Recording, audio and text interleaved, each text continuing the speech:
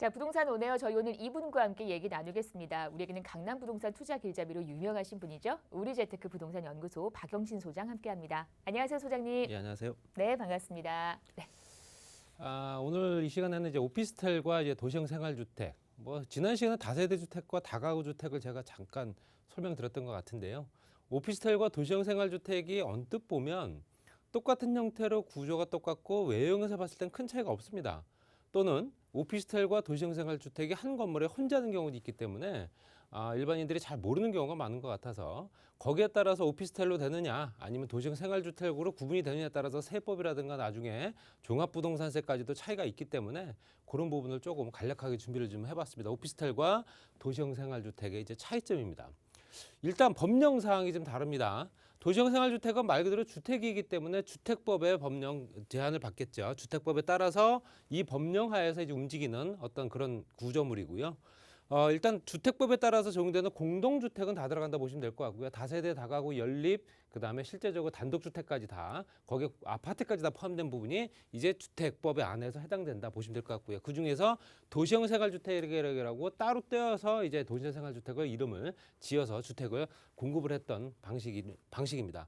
또 오피스텔 같은 경우는 이제 주택법이 아니라 건축법에 따라서 움직입니다.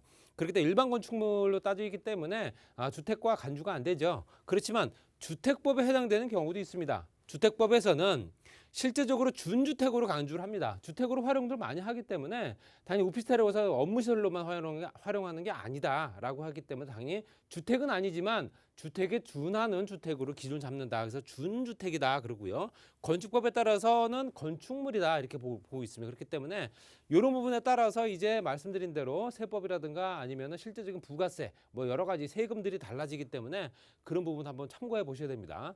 일단 도시형 생활주택 같은 경우는 단지형 연립주택과 그다음에 단지형 다세대 주택, 그다음에 원룸형 주택 이렇게 한 세 가지 정도로 나눠집니다. 그래서 단지형 연립주택 같은 경우는 한기동 바닥 면적이 660평방미터 초과되는 부분입니다.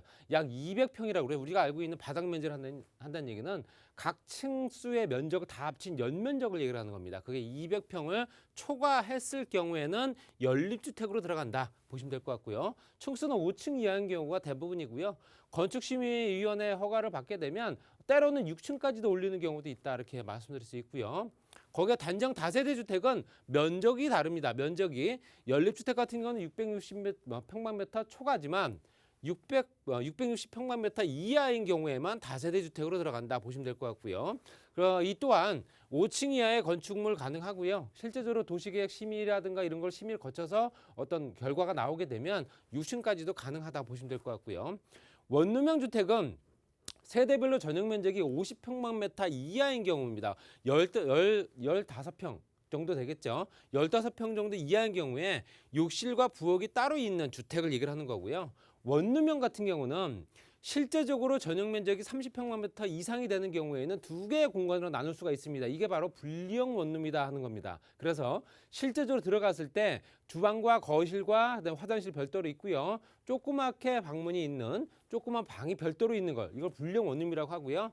그다음에 실제로 이거 이렇게 분리형 원룸이 아닌 경우에는 이제 오픈형 원룸이라고 해서 전체가 다 한눈에 다 들어오는 그런 형태로 다 보시면 될 것 같고요.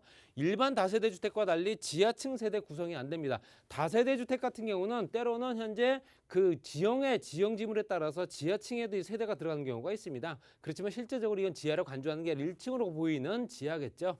이런 것들이 들어가지만 원룸형 주택 같은 경우는 그렇지 않다라고 참고하시면 될 것 같고요. 그다음 오피스텔 같은 경우는 일반 오피스텔이 있고 그다음에 우리가 주택으로 활용을 해서 쓸 수 있는 요즘에 이제 얘기되고 있는 아파텔이라는 게 있습니다. 아파텔은 아파트와 오피스텔의 이제 합성어인데요. 일단 일반 오피스텔 같은 경우는 일반 업무시설로 업무를 주로 활용을 하기 때문에 실제로 업무로 활용을 하지만 그 안에서 간단하게 숙식을 할 수 있는 건축물이다 이렇게 보시면 될 것 같고요. 또 아파텔 같은 경우는 아파트와 오피스텔의 합성어이기 때문에 당연히 현 거주를 활용을 할 수 있는 조건입니다. 그래서 면적 자체가 틀립니다.